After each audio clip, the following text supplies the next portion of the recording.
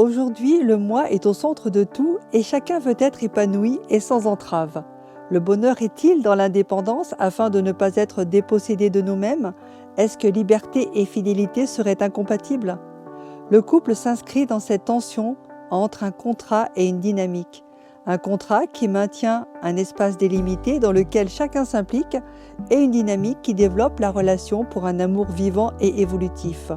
Pour maintenir le cadre dans lequel le couple s'engage, il serait intéressant de demander à chacun comment il appellerait son aventure.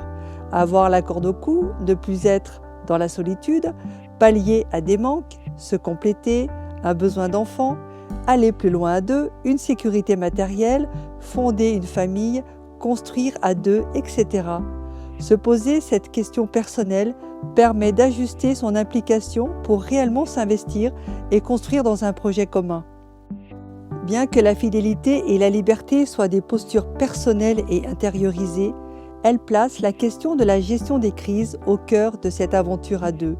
Fidélité et liberté questionnent le fonctionnement du couple, elles en sont le centre. Quelles sont les bornes à ne pas dépasser lorsqu'il y a silence, discorde, distance, vide, absence, repli sur soi, problème d'argent, problème d'enfant, de maladie et bien d'autres choses encore?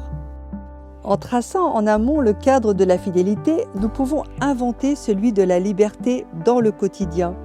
L'enjeu est l'équilibre de notre épanouissement dans notre couple au milieu de toutes les interactions extérieures.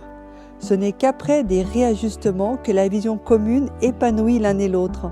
C'est durant cette période que le couple reste fragile et doit surveiller son cadre pour le protéger et le défendre contre tout ce qui pourrait le détourner de son projet initial. Le couple n'est pas un concept. Rester fidèle demande une belle force intérieure pour entretenir notre stabilité émotionnelle. C'est décider de compter l'un sur l'autre et d'avoir des responsabilités l'un envers l'autre.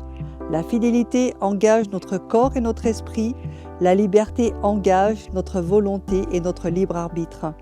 Lorsque chacun dans le couple bâtit avec confiance, le respect circule, le plaisir se partage, la joie dynamise et l'entraide consolide.